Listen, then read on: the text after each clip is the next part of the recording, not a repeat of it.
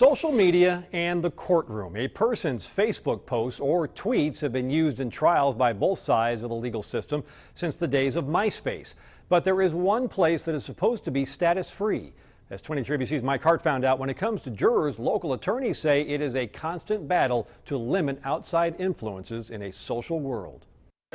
It's been several years since California took legal steps to try and eliminate social media from the jury pool, a Herculean task given the role technology plays in our daily lives. So you look at the younger generation, they are constantly on their phones, texting, tweeting, Facebook updates, and they live to tell the story to everyone about their life. But putting a clamp on those daily or hourly updates can be difficult when it comes to serving on a jury. Yes, it has changed the practice of law.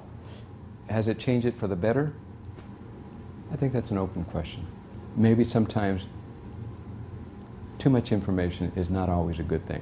Prosecutors and defense attorneys admit that tweets and postings by suspects, victims, even witnesses can be used in trial. But in the jury box, it's a different set of rules. Judges go through a long list of instructions with jurors before, during, and after the jury's selected. It covers things like texting and status updates, along with researching information that's not presented at trial. And a violation by a juror could result in a contempt charge. They are fabulously invested in the process.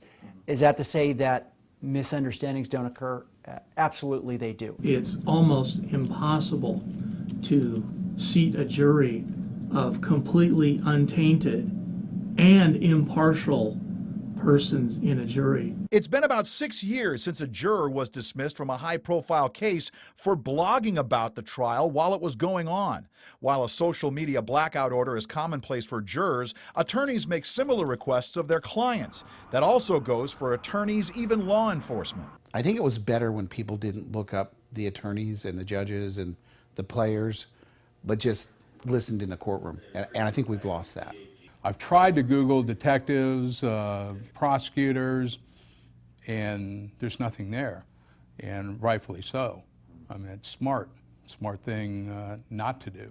And with that in mind, the legal community has a warning for young people and potential jurors who believe they can post whatever they want and it won't come back to haunt them. Most people never believe that they will be confronted by a criminal situation. The place that you're in your life today is going to be a different place 10 years from now.